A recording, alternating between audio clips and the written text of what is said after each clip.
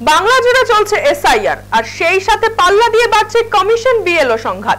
বিএলওদের ওপর ডাটা এন্ট্রির কাজ চাপিয়ে দেওয়া, অল্প সময় ব্যাপক কাজের বোঝা চাপিয়ে মানসিক ও শারীরিক হেনস্থা ইত্যাদি ইস্যু নিয়ে সরব হয়েছে তারা। বিএলওদের দাবি স্কুলের কাজের পাশে অসম্ভব হয়ে পড়ছে এই এসআইআর এর কাজ। সেই মতো সোমবার কলকাতায় সিইও দপ্তর অভিযান করলো শিক্ষা অনুরাগী ঐক্যমঞ্চের বিএলও শাখা। তাদের দাবি সময়সীমা বৃদ্ধি, অন ডিউটির সুস্পষ্ট নোটিশের দাবি। এখন প্রশ্ন একটাই, কিভাবে সুষ্ঠুভাবে নির্দিষ্ট সময়ে শেষ হবে এসআইআর এর কাজ? আমরা আরো একটি দাবি তুলে ধরছি। আসছেন আমি সবাইকে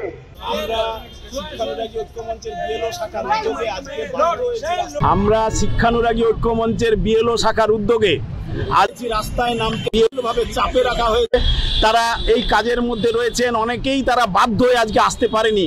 কিন্তু যে বিষয়টা আমরা এখানে তোলার জন্য ছুটে এসেছি সেটা হচ্ছে ডাটা এন্ট্রি করার জন্য চাপ দেওয়া হচ্ছে। বিএলওদেরকে দায়িত্ব দেওয়া হয়নি, অথচ তাদেরকে যে কাজ দেওয়া হয়েছে সেটা এক মাসের মধ্যে কোনোভাবেই সম্ভব নয়। ফর্ম দেওয়া, জমা নেওয়া, তাকে ভেরিফাই করা, তার অ্যাসিস্ট্যান্ট দেওয়ার কথা ছিল, সেই অ্যাসিস্ট্যান্টও তারা দেয়নি।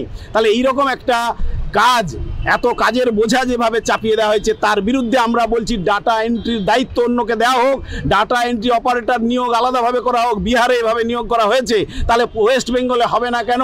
সিইও দপ্তর থেকে বলা হচ্ছে রাজ্য সরকারের কাছে নাকি তারা এই অপারেটর চেয়েছিল।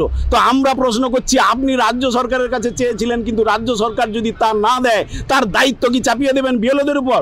এটা কোনো কথা হলো নাকি? ফলে এর বিরুদ্ধে আমরা প্রতিবাদ করছি যে কোনোভাবে ডাটা এন্ট্রির কাজ বিএলওদেরকে দিয়ে, যারা এই বিষয়ে দক্ষ নয় তাদের দিয়ে এটা করানো যাবে না কোনোভাবেই। তারপরে আমরা বলছি যে এই কাজ যথেষ্ট সময় সাপেক্ষ এবং নির্ভুলভাবে যদি করতে হয় তাহলে তার জন্য সময় বৃদ্ধি করতে হবে। এই দাবিও আমরা তুলে ধরবো আজকে ডেপুটেশনের মধ্য দিয়ে। আরেকটা যে বিষয়, ব্যক্তিগত মোবাইল নম্বর, যে মোবাইল নম্বর বিএলওদের অনুমতি না নিয়ে ভাইরাল করে দেওয়া হয়েছে, অফিসিয়ালভাবে তাদেরকে ছেড়ে দেওয়া হয়েছে বাজারে। তাহলে এই যে 24 ঘন্টা তাদেরকে ফোন করছে, তাদের জীবন বলে কিছু নেই, রাত দিন সমান হয়ে গেছে, তার জন্য আজকে তারা অসুস্থ হচ্ছে, অনেকে মারা গেছেন, একটা আতঙ্কের পরিবেশ সৃষ্টি করা হয়েছে।